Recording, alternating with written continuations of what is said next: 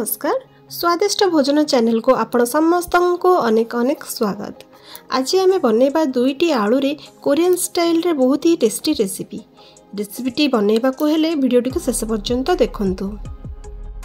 एही रेसिपी पाई मु एठी दुईटी सिझा आलू, गोटे कप कॉर्नफ्लोर, 7 ରୁ 8 कोला रसुण, किछि राशि, tomato sauce, soya sauce, chilli flakes आउ किछि धनिया पत्र को नेइछि। चलंतु एबे स्टार्ट करिबा चिली गार्लिक पोटैटो मशरूम। आमे एबे जो आलू को सिझे की रखिथिले ताको भी मैश करि नेबा। आलू रे बिल्कुल भी जेमिति गोटा अंश न रहिबो। एबे आमे स्वाद अनुसार लूण आ कॉर्नफ्लोर को ऐड करिबा। से सब को भल भाबरे मिसई देई सेथिरे टिके पानी देई गोटे डोटे बनै नेबा।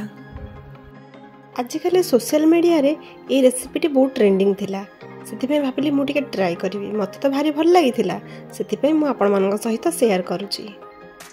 आपण एठी आवश्यक मुताबिक पानी देबे, बहुत पानी देबे नाही, नचेत पानी आही गले बारंबार हाथ रे चिपकिबो।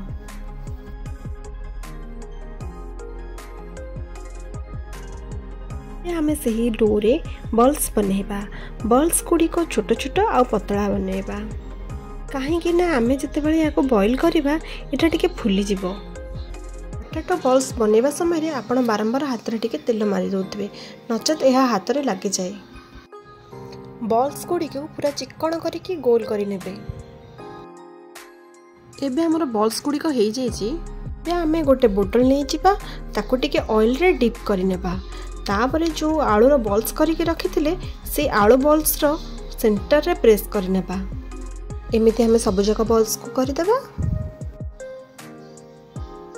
एबे हमर पोटैटो मशरूम रेडी हो जाइछि, देखंतु। वर्तमान आमे कड़ाई रे अल्प पानी नहीं से बॉल्स गुडी को फुटिबा पई छाडी देबा। बॉल्स गुडी को बॉईल हे गला परे ऑटोमेटिक ऊपर को आसी जाए, ताहाले आपण जानि परिबे जे हे गलानी बोली।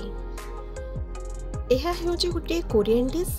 केही याको कहंती चिली गार्लिक पोटैटो मशरूम, आउ केही कहंती पोटैटो बटन्स, आउ केही कहंती चिली पोटैटो नूडल्स। आपण जहा भी कहि परिबे। आजिरो एही रेसिपीटी जदि आपण माननको भल लागे ताहाले वीडियोटी को लाइक करंतु, शेयर करंतु और मो चैनल रे नुआ थिले सब्सक्राइब करंतु। बे हमर बॉल्स गुडी को ऊपर को आसी जाइछे, त माने हमर हेइ गलानी। एबे आमे ताको बाहर करिकि आइस वाटर रे 1 मिनिट पई छाडी देबा।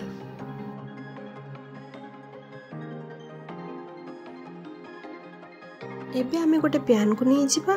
पैन गरम होला पर सेतिरे 2 चम्मच तेल पकई कटा रसुण को पकई फ्राई करि नेबा।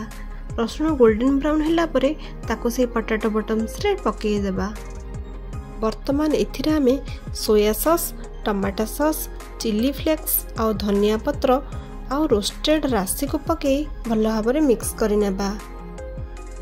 यह आपण पिला माननको इवनिंग स्नैक्स हिसाब रे करिके देई परिबे, काहेकि ना पिला माननको एटा बहुत भल लागे खाया पे।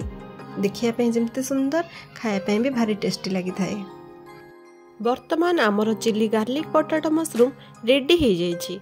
आपण भी एहा को घरे निश्चय ट्राई करंतु, आ केमिति लागिला कमेंट रे जणांतु।